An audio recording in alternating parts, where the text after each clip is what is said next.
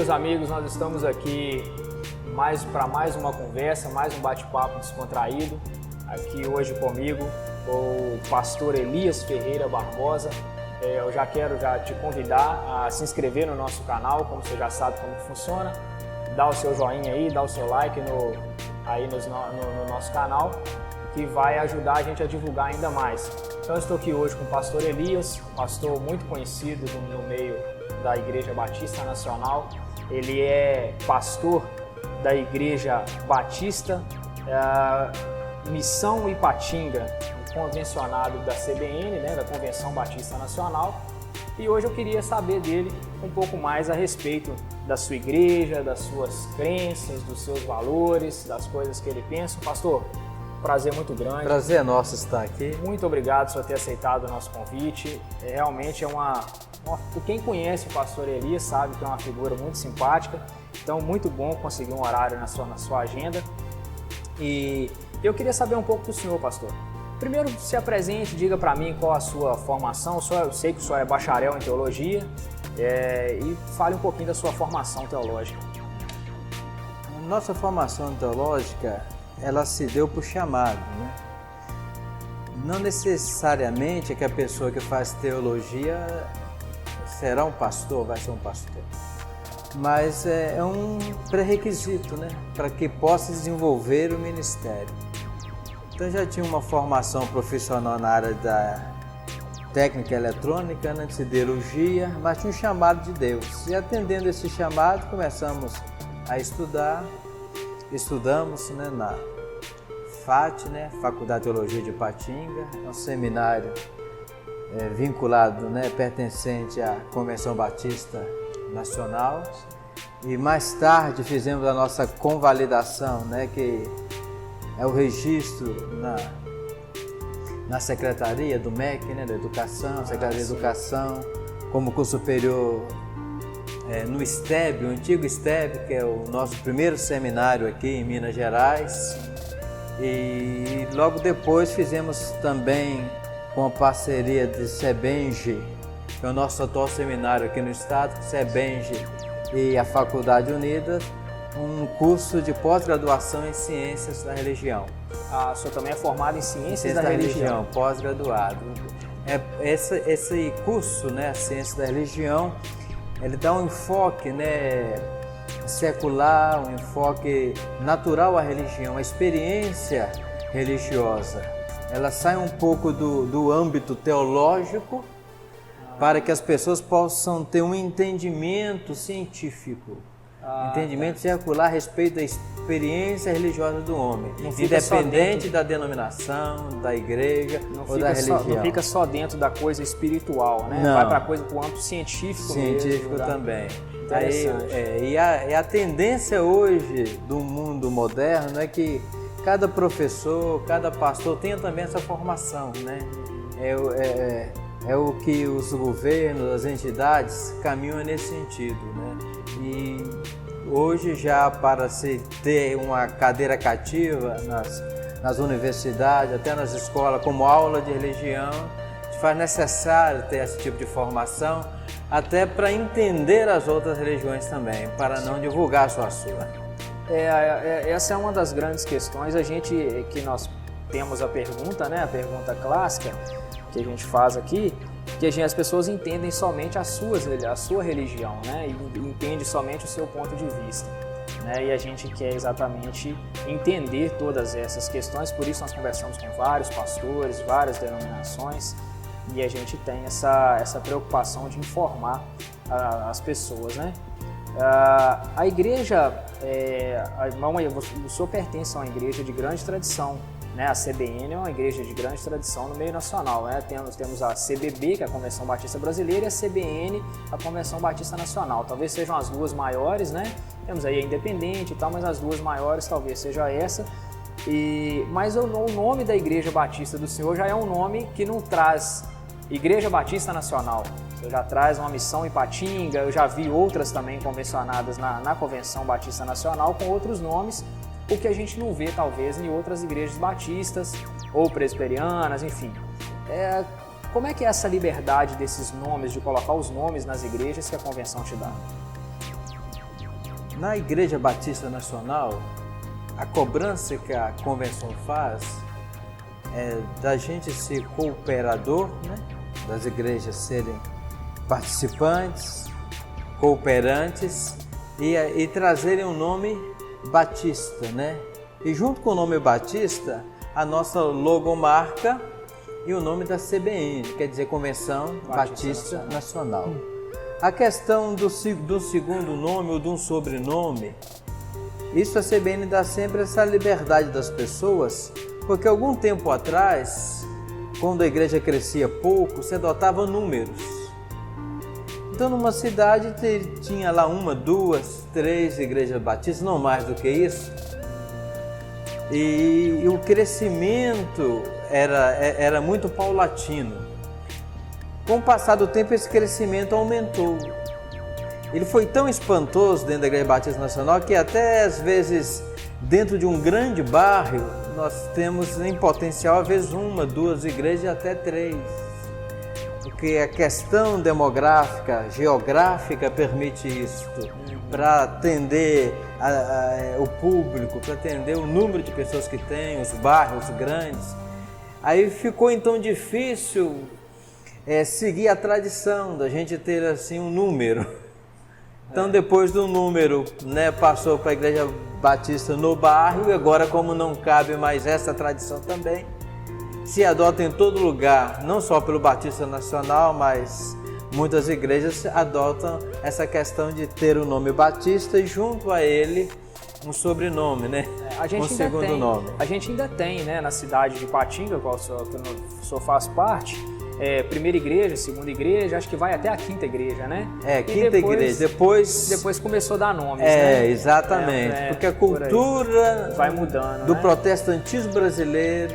Mas ainda tem aquelas que usam só Batista Nacional, né? IBN, Igreja Batista Nacional. Exatamente. Né? Ainda tem aquelas, né? Os lugares que são pequenos, que só tem uma igreja, cidades mais do interior, ou aquelas que são ainda muito antigas, ainda conservam. Eu já vi na mesma cidade 2 igrejas batistas nacionais, inclusive pertencentes a ordens diferentes, o que traz uma certa complicação para quem vai. Encontra comigo na Igreja Batista Nacional, aí ele vai para um, o outro vai para outra.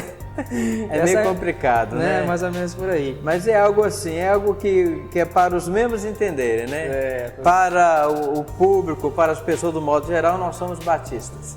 Isso, ótima definição. O senhor sempre foi batista nacional? O senhor já passou por outras igrejas? Não. Na minha juventude, até eu me casar, eu pertencia à igreja metodista wesleyana. O senhor era cultura wesleyano. Metodista, Rapaz, esse papo vai ficar interessante, hein? Esse papo vai ficar interessante. É a primeira vez que a gente encontra assim de primeira um wesleyano, hein? Isso aí é papo para mais para frente. Como eu já disse numa outra entrevista sobre calvinistas e arminianos, para vocês procurando no Google aí, antes da gente entrar nesse papo, pesquisa aí quem são os wesleyanos, os arminianos, os calvinistas, os luteranos. Mas mais pra frente nós vamos entrar num papo desse e o pastor Elias pode ser um desses nossos convidados para falar sobre isso, né? Ele já está convidado para uma próxima, mas pastor wesleyano. Então continua aí, te interrompi porque era necessário falar sobre isso para o nosso público aqui. Então o senhor veio da Batista... Da Metodista. Não como pastor, Não né? como pastor. A formação pastoral foi no meio batista, né? Sim, mas aí quando o senhor criança, nascido... Adolescente, mas jovem... quando nasceu, seus pais... Eram metodistas. Seus pais eram metodistas. E aí, quando virou pastor, já foi pastor batista. Batista, no meio batista já. E há quantos anos o senhor é pastor batista? 20 anos. 20 anos 20 anos já. Rapaz, mas o senhor está muito novo para poder ter essa idade toda de Começamos cedo, né? Começou cedo. Ou começou cedo ou esse rostinho tá me enganando. A Igreja Batista Nacional ela é muito tradicional. Quem não conhece, na igreja da Convenção Batista Nacional, principalmente na região do leste de Minas Gerais, ela tem muita tradição, né? Mas então, pastor, a pergunta clássica, né, que a gente já está aqui praticamente no meio da entrevista, o papo está muito bom, mas eu queria perguntar sobre a sua igreja e a pergunta clássica do nosso programa, né? qual é a dos crentes da sua igreja? Afinal de contas, o que pensam os crentes da Batista Nacional, da Convenção, da Missão Ipatinga? O que vocês têm como regra de fé e de prática? Vocês usam só a Bíblia, usam outro livro? Conversa com a gente sobre isso. Os princípios que regem uma igreja batista, seja ela da Convenção Brasileira ou Nacional, está presente na nossa denominação local. Nós temos a Palavra de Deus como regra de fé e prática. Acreditamos na divisão entre igreja e Estado, a liberdade de consciência, de pensamento de cada indivíduo, né? A igreja ser regida democraticamente. Então isso e outros mais são princípios batistas que a Igreja Batista Missão Ipatinga nasceu com eles, dentro deles, foi recebido crendo e tendo e ainda nutre. Mas além disso, a Igreja Batista Missão Ipatinga, né, juntamente com seus membros e seu pastor, nós cremos que a Igreja de Deus, de modo geral, ela é feita para servir. Ela é feita para ser uma bênção na comunidade, para ser uma resposta espiritual aos anseios, às necessidades, às perguntas que aparecem, aqueles que precisam, né, realmente de ouvir algo de Deus. A igreja existe para isso, é ser uma luz no mundo. E mais do que batista também, nacional, nós como igreja entendemos que somos também corpo de Cristo, somos cristãos. Para quem não sabe, o nome cristão ele surgiu até em uma igreja fora da tradição judaica cristã, né?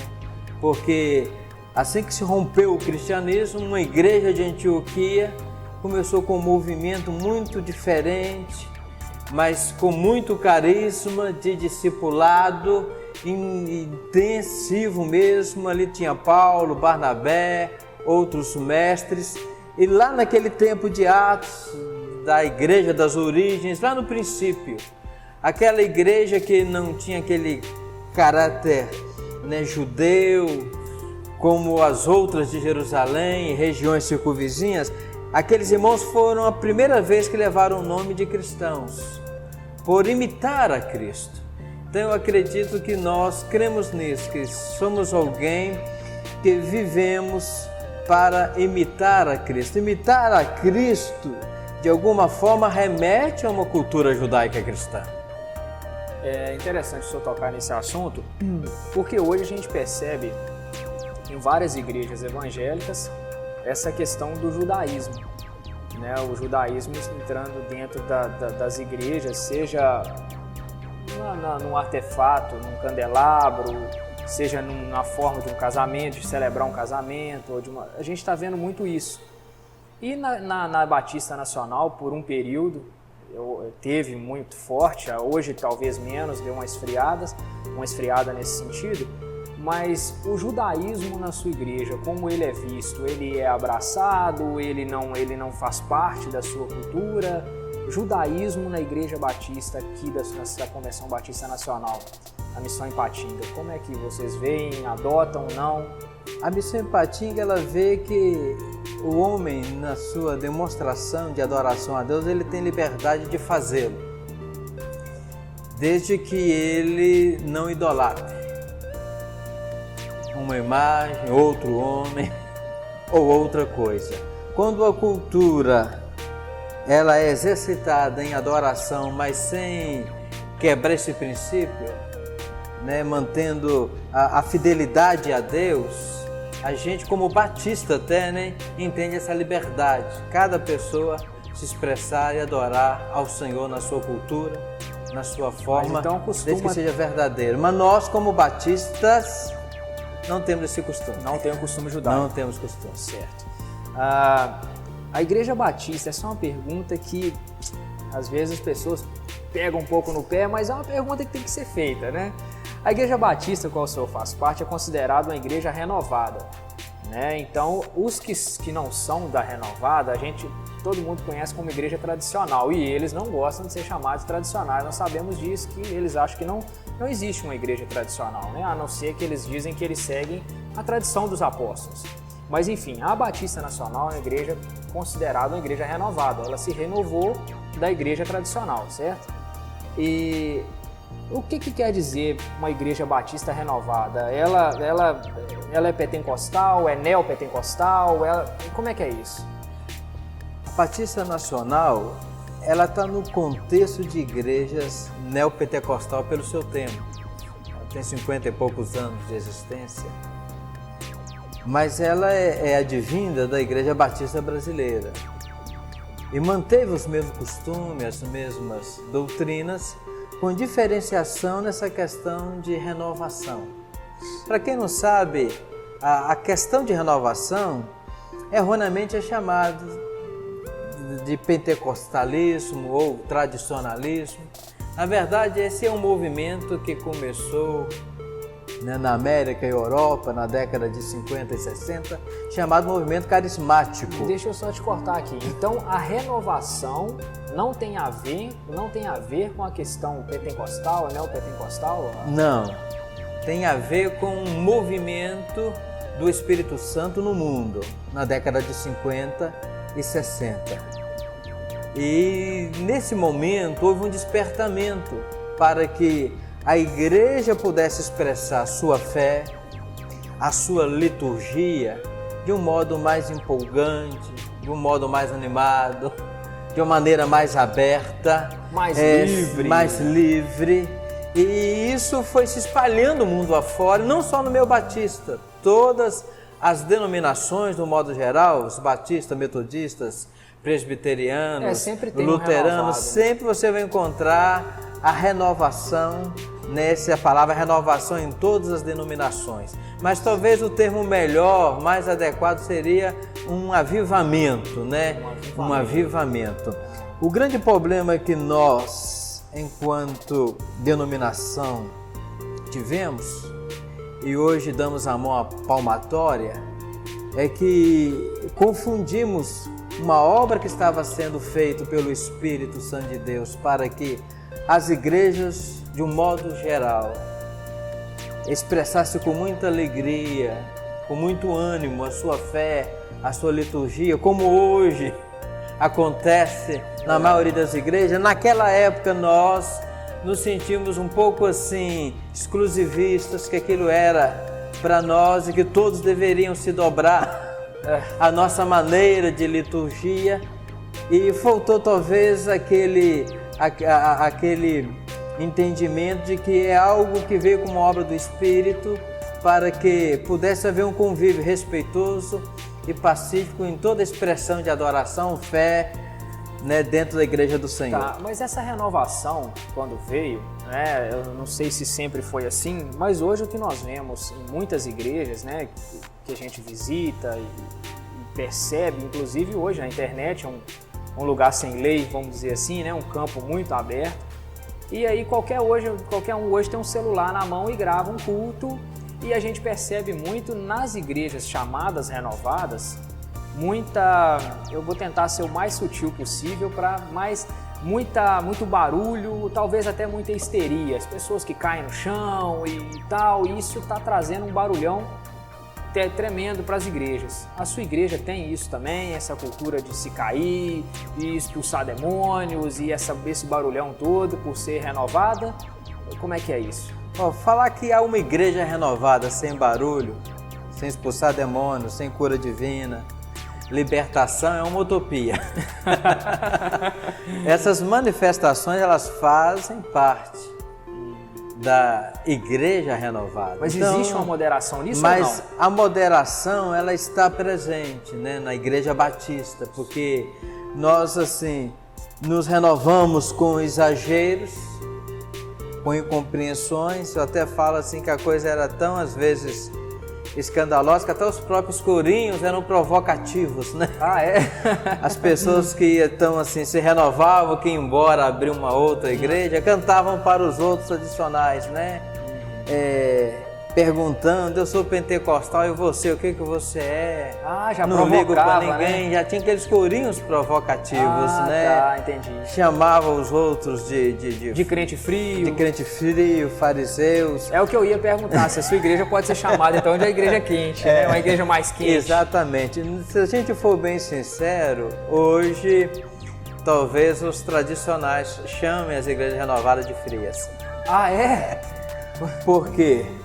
Porque quando houve renovação espiritual ou avivamento, que é mais correto dizer, houve realmente uma sinceridade de expressão, de adoração, de cultos mais carismáticos, Sim. mas que aos poucos foram dando lugar à tradição pentecostal, vamos dizer entre aspas. Então, hoje, ser uma igreja renovada, barulhenta, outra coisa, é sinônimo de renovação. Sim. E quando houve o avivamento, não era isso. Era uma expressão de santidade, servir ao Senhor com mais integridade. No início não estar era assim, presente à igreja, né? A acreditar nos milagres contidos nas Escrituras, não como uma bênção para aquele tempo dos apóstolos, da igreja primitiva, mas presente. Milagres que foram começando a ser evocados e vividos no meio da comunidade protestante no Brasil, no modo geral. Mas o que acontece hoje é exatamente que os nossos irmãos, que eram então chamados de tradicionais, estão agora despertando para essa necessidade, para esse avivamento, e às vezes alguns, para manter o nome, mantêm talvez o barulho. Tá certo. Você nos leva Eu não querendo interromper, não, mas sim, quando eu fica à era vontade. bem jovem, eu sempre ouvi uma expressão de alguns pastores mais sábios, mais moderados. Eles diziam o seguinte, que o poder, ele pode trazer o barulho, mas o barulho nunca ele vai trazer o poder. Essa frase é bem conhecida. Essa pergunta, tudo que o senhor disse aqui, né, nos leva a essa pergunta aqui, que fica meio redundante, mas meio óbvia, mas é interessante pelo final dela, né? Vocês creem no batismo com o Espírito Santo, nos dons espirituais, nos dons de línguas, revelações, vocês creem nisso tudo? E por que, qual a base bíblica disso, né, dessa crença? A questão dos dons espirituais, ele está no contexto de Novo Testamento. E é uma promessa que estava feita no Antigo Testamento, através do profeta Joel. Quando o profeta Joel, usado pelo Senhor, ele diz que acontecerá que nos últimos dias derramarei do meu espírito sobre toda a carne. Vossos filhos e vossas filhas profetizarão, vossos jovens terão visões, os vossos velhos terão sonhos. Então é uma promessa, de certa forma, escatológica. O que isso quer dizer? Uma promessa escatológica, ela é uma promessa, de certa forma, apocalíptica.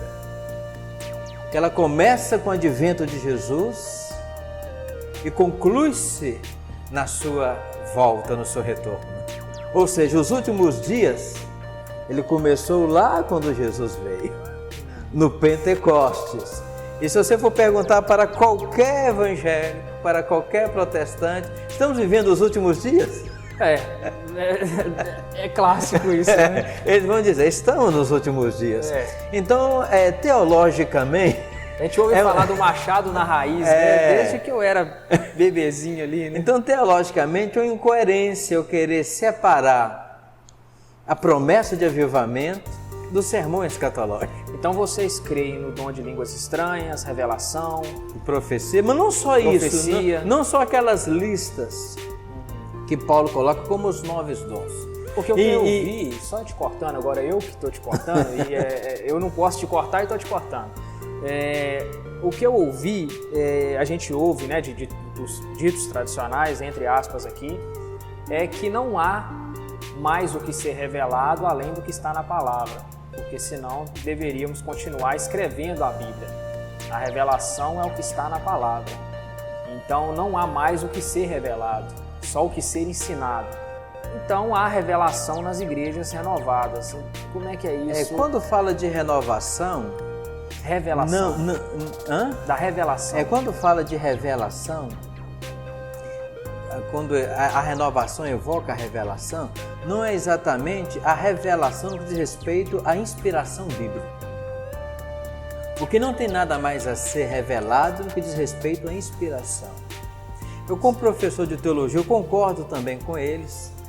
Né? A palavra finda-se ali nos apóstolos, né? Os apóstolos, o último a receber a revelação foi João na ilha de Patmos. Mas Paulo, ele escreveu sobre as questões dos dons, a revelação, não no sentido de uma palavra vinda de Deus inspirada, mas no sentido de que, de alguma forma, o pensamento, os desígnios do coração humano, muitas vezes escondido, precisam vir à tona, para que a pessoa creia que mais do que o óbvio, mais do que a religião, há um poder sobrenatural que conhece a mente do homem. Então, quando o homem entra numa reunião de crentes em Jesus, que creem na revelação divina, em profecias, e naquela reunião, algo que só ele sabe, algo que ele pensou e vem desenvolvendo em pensamento naquela semana, quando isso torna manifesto, o que Paulo ensina lá aos Coríntios é que ele crê, porque os desígnios do seu coração são revelados. E aí ele acredita que é um Deus sobrenatural. E aí então temos então uma revelação que deixa eu tentar entender para a gente conseguir entender. Então há uma revelação a respeito da vida pessoal do indivíduo, pessoa, da particularidade, da intimidade, mas não uma revelação que ultrapasse o que já está revelado na Bíblia. É escrito. Exatamente. Então não estamos reescrevendo a Bíblia ou acrescentando de maneira coisa. alguma. Está havendo uma revelação no sentido de tratar a parte espiritual do indivíduo. Exatamente, exatamente. Certo. Mas isso é algo muito pontual, feito com um propósito espiritual por Deus, para que a pessoa possa assim crer na pregação do Evangelho. E facilita de certo modo, né? A pessoa não fica mais próxima. Existe também, a gente não pode deixar de negar que existe também dentro da religião muito charlatanismo. Muita manipulação. É o que eu queria dizer. Quando a gente fala de revelação, a gente fala não do óbvio. Quando a gente fala da manifestação do avivamento, não é exatamente aquilo que é óbvio, aquilo que cientificamente pode ser explicado dentro da religião. Quando a gente fala de um avivamento, quando a gente fala algo de Deus, a gente fala do sobrenatural.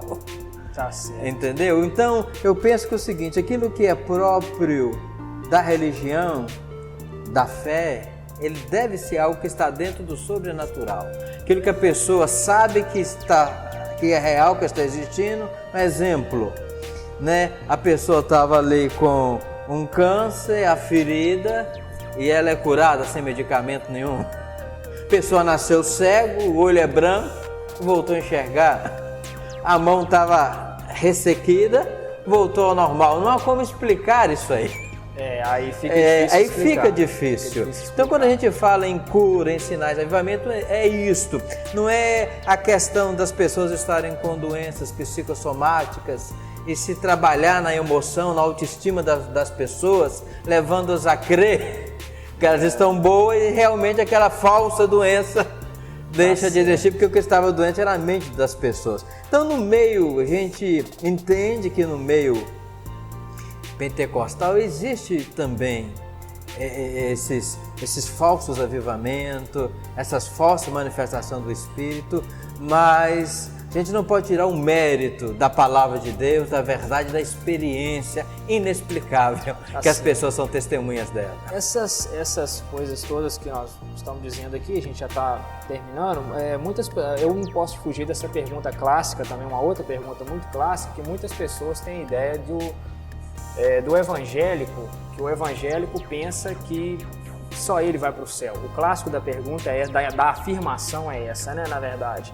E quando se fala de igreja renovada, mais ainda, porque os renovados, o que parece é que eles têm uma certa revelia quando se fala de tradicionalismo. Eles querem mesmo serem mais livres nesse sentido espiritual, dons e profecias e tudo, e acredita que os outros são frios, isso falando de membros comuns, né? Não estou dizendo, só que a nossa ideia aqui é entender a liderança, né? Não que os liderados estão dizendo. E vocês, enquanto pastores, enquanto líderes religiosos, é o que pensam a respeito. É possível uma pessoa que não seja cristã evangélica, essencialmente renovada ou não, cristã evangélica, herdar o reino do céu, se é possível dizer dessa forma, ou o céu está reservado só para os crentes, os evangélicos? Há um mito no meio da sociedade que os evangélicos pensam que só eles que são crentes. Isso é um mito que se estabeleceu, existe hoje, é impossível tirá-lo. Mas esse mito ele tem uma razão, por quê? Eu queria muito saber isso. Eu acho que todo mundo quer saber isso. Porque Jesus mandou pregar o Evangelho a todas as pessoas. E o que é pregar o Evangelho? É falar da missão de Cristo. E no final dessa missão de Cristo, que é Cristo vir se encarnar, morrer de morte de cruz para salvar todo aquele que crê nessa mensagem, no final de cada mensagem é um apelo. Porque a própria Bíblia, ela fala desse apelo. Lá em Isaías, repetida por Paulo também, diz: quem creu na nossa pregação? E a quem foi anunciado o braço do Senhor? Porque a religião já existia antes de Jesus. Então não é a religião que salva. Os evangélicos que pensam que são salvos por causa da religião estão equivocados. Mas em meio a esse caos que o homem vive, que é a perdição, esse afastamento de Deus, dentro da religião, não excluindo, é claro, dentro da religião Jesus veio, viveu dentro de uma religião, não ficou preso aos dogmas daquela religião que era o judaísmo, mas ele não negou que a salvação vem dos judeus. Naquela conversa com a mulher samaritana, ele fez questão de enfatizar isso, porque ele se coloca como o Salvador. Então não há salvação sem o Evangelho, não há salvação sem crer em Cristo. Agora, a pessoa pertencer a uma denominação não faz com que ela seja salva, mas quando ela crê na pregação do Evangelho, arrepende os seus pecados e confessa a Jesus, aí sim vem a salvação.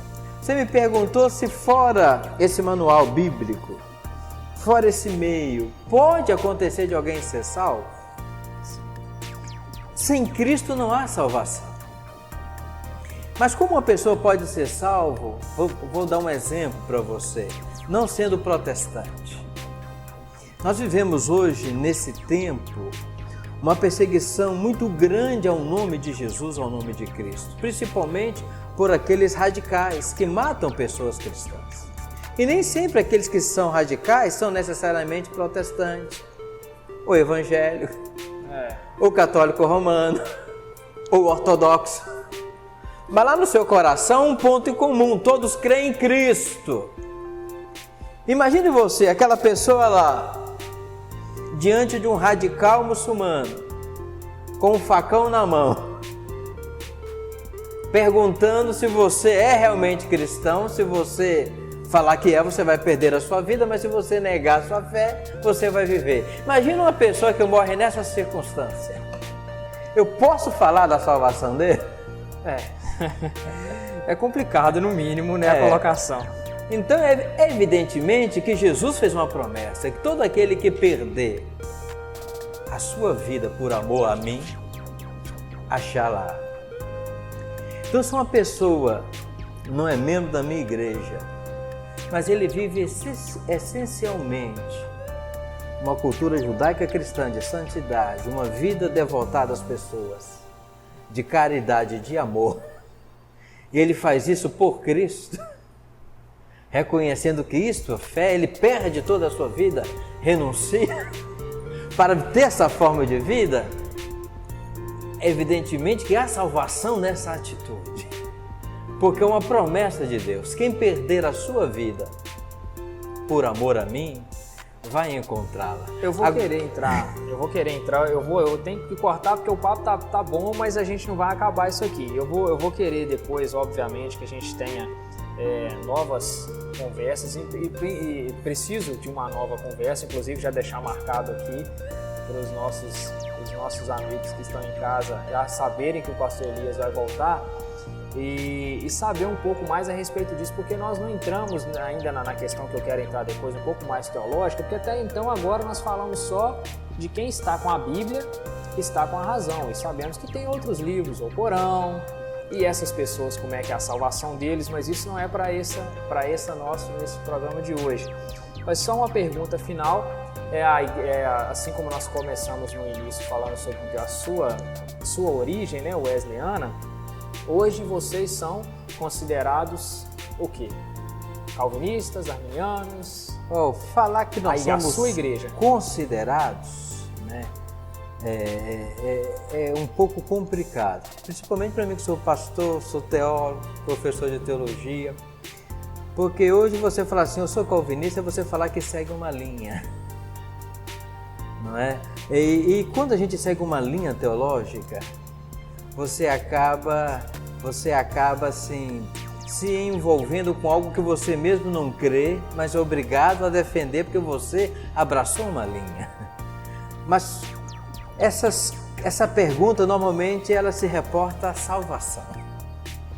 Para quem não sabe, a teologia nasceu com a pergunta. O que fez a teologia existir no mundo é a pergunta da salvação.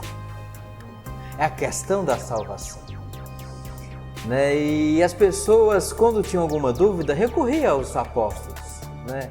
A João, Tiago, Pedro, né? A Paulo, apóstolos dos gentios. E fosse passando o tempo e essas referências, esses conselheiros empíricos que viveram com Jesus foram morrendo. E não mais as pessoas aceitavam a explicação empírica de fé desses homens de Deus que foram os pais da igreja. Aí houve a necessidade de se explicar racionalmente essa questão da fé. Como se crê? Aí surge a teologia. E esses homens, não querendo, mas sendo colocado na parede, Armínio, Calvino, tiveram que, a contragosto, pelo momento que a igreja vivia, desenvolver um pensamento. E que hoje ele existe, que nem tudo que se atribui a eles, realmente são deles. Eu vi alguém dizer isso, que Calvino e Armínio devem estar se revirando no túmulo, porque muitas coisas eles não disseram e os seus seguidores é que estão exatamente, dizendo. Né? Os seus seguidores é que estão dizendo. Mas a grande pergunta quando se coloca essa linha é a seguinte: o homem pode perder ou não a sua questão. Salvação? Porque o Calvino diz que não pode. A graça ela é irresistível. E o Armínio diz que sim, a salvação você pode perder de acordo com as suas obras, né? Então a sua igreja acredita que pode perder ou que não pode perder e a gente fecha. Eu prometo que a gente fecha. Tá, okay. Isso vai ser algo impossível da gente responder.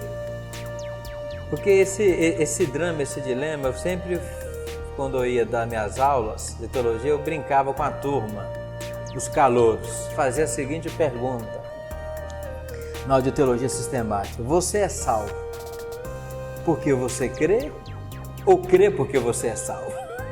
Eu ouvi isso em soteriologia também. Sempre eu brincava assim com a turma, que exatamente a resposta a essa pergunta. Você fala: você é arminiano ou você é calvinista? Ou você é calvinista?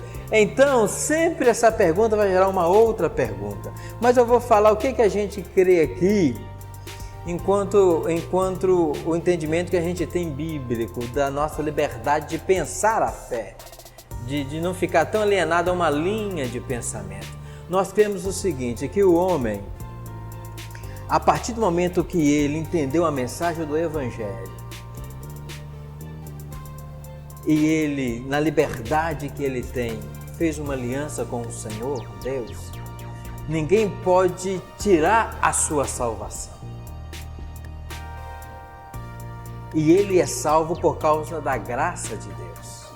E ninguém pode tirar. Esse é um pensamento basicamente calvino, né? Correto. Mas, no entanto, por ele ter o seu livre-arbítrio, ele pode negligenciá-lo, jogá-la fora. Então, posso entrar numa outra polêmica aqui, que um pastor falou para mim que não existe na Bíblia o livre-arbítrio no que concerne a salvação, mas eu tenho que deixar muita coisa para livre-arbítrio é livre-arbítrio. Se ele falar assim que não existe livre-arbítrio, aí nós vamos ter que discutir. Porque ele falou que não está na porque Bíblia. Quando você fala assim, com respeito à salvação, não existe livre-arbítrio, você está falando que não existe livre-arbítrio. O que é livre-arbítrio? É a pessoa fazer o que quer. E foi justamente o livre-arbítrio que gerou a necessidade de salvação. Porque na liberdade que o homem tinha de obedecer ou não a Deus, ele se perdeu. Ele se perdeu. Então isso é cair num ciclo vicioso. Sim. Né? Deus não teria colocado lá a árvore da vida, do conhecimento do bem e do mal, se para a salvação não precisasse disso.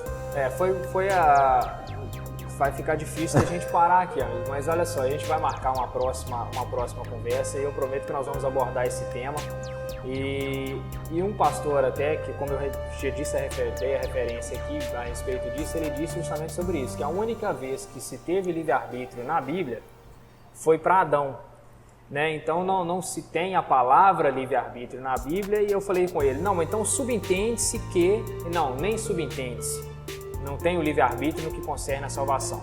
Mas é um pensamento calvinista e não com um pensamento arminiano. Hoje a gente percebe também de alguns pastores que dizem, olha, eu não sou de Paulo nem de Apolo, eu sou de Cristo, então eu não sou calvinista nem arminiano. Então eu quero só deixar esse comentário para fomentar uma próxima discussão. Correto. Não quero colocar nenhum pastor em choque com outra, a ideia não é essa do Qual é a dos Crentes, porque debates a gente está vendo muito aí na televisão, na internet, e ninguém chega a acordo nenhum.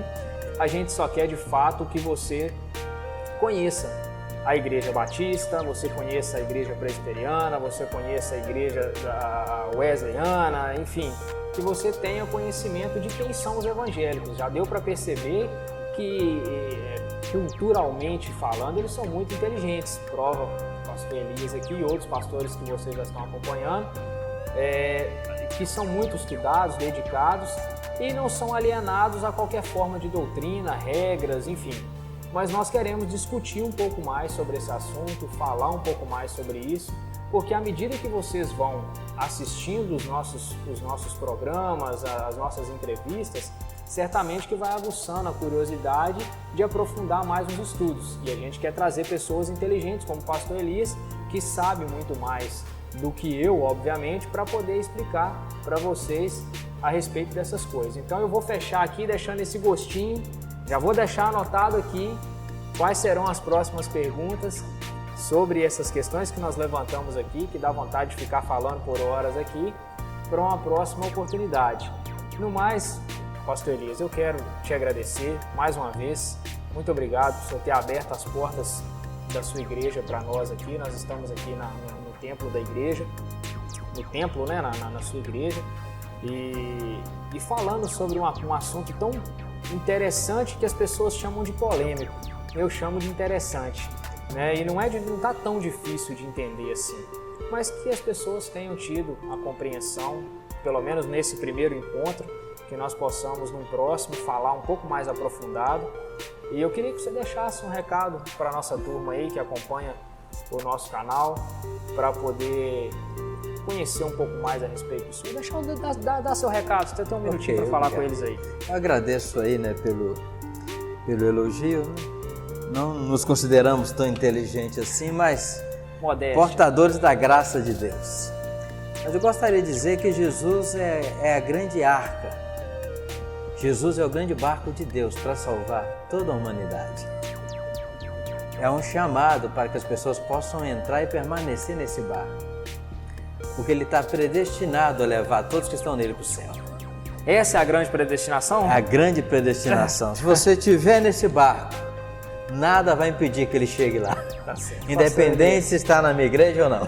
Pastor Elias, foi um grande prazer. Igualmente. E espero que vocês tenham gostado. Não deixa de se inscrever aí no canal, não deixa de curtir, não deixa de compartilhar com seus amigos. Certamente que tem muita gente precisando de ouvir uma palavra dessa e não está tendo a sua oportunidade. Né? O Qual é dos Crentes vai ficando por aqui, agradecendo ao pastor Elias e a sua igreja, e até uma próxima.